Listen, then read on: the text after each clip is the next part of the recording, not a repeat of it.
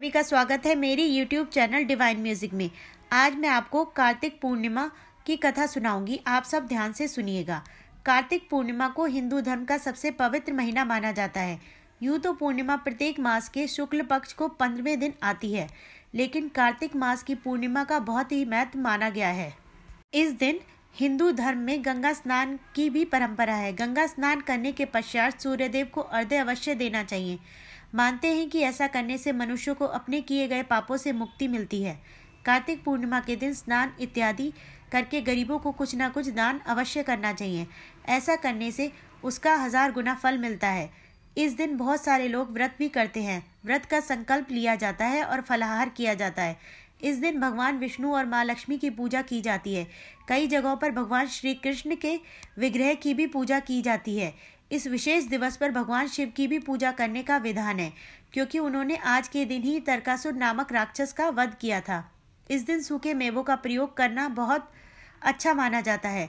फलाहार में सिंघाड़ा इत्यादि लेना चाहिए।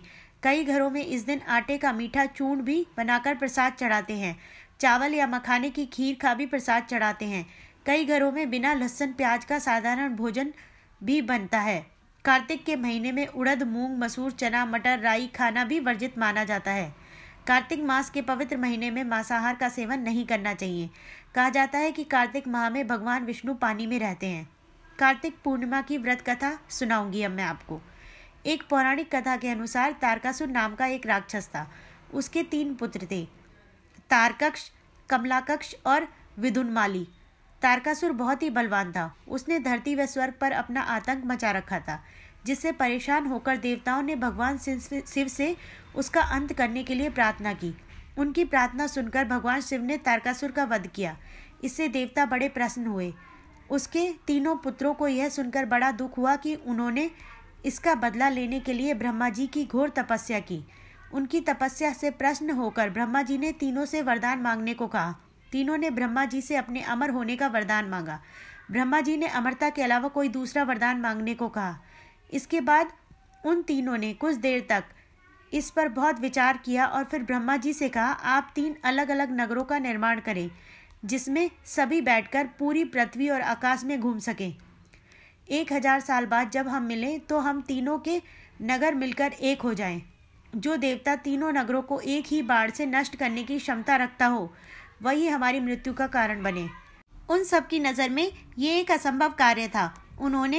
उन्हें वह वरदान ब्रह्मा जी के निर्देश अनुसार दे दिया। महादानव ने उनके लिए 3 नगरों की स्थापना की।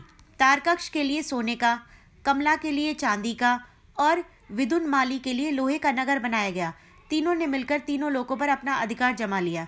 इंद्र देवता इन तीनों राक्षसों से बहुत भयभीत हुए और भगवान शंकर की शरण में गए। इंद्र की बात सुनकर भगवान शिव ने इन दानवों का नाश करने के लिए एक दिव्य रथ का निर्माण किया।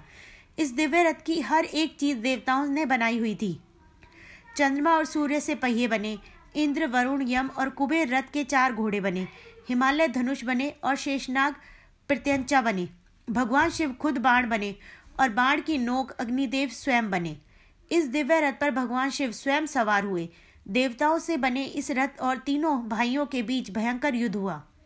युद्ध करते समय प्रभु लीला से एक ऐसा समय आया जब तीनों रथ एक ही सीध में आ गए। जैसे ही ये तीनों रथ एक सीध में आए, उसी समय भगवान शिव ने अपने बाण छोड़े और तीनों का नाश कर दिया। इसी वध के बाद भगवान शिव को त्रिपुरारी कहा जाने लगा। बोलो शिव शंकर भगवान की जय। बोलो विष्णु भगवान की जय।